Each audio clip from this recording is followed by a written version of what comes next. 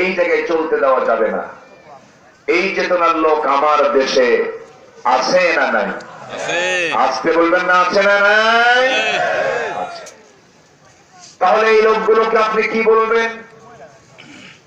এই লোকগুলোর ব্যাপারে কোরআন কি ফয়সালা দিয়েছে? কোরআন সুন্দর করে জানায় দিচ্ছে, ওয়ামাল্লাম ইয়াহকুম বিমা আনজালাল্লাহু ফাউলাইকা হুমুল কাফিরুন ফাউলাইকা হুমুল ফাসিকুন। জোরে বলুন আল্লাহু আকবার।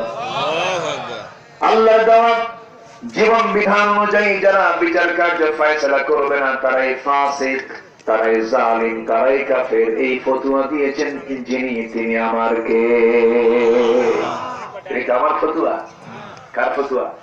আল্লাহর ফতোয়া। তাহলে এখন বলুন, এদেশের অধিকাংশ মানুষ কি কোরআনের বিধান চালু হোক?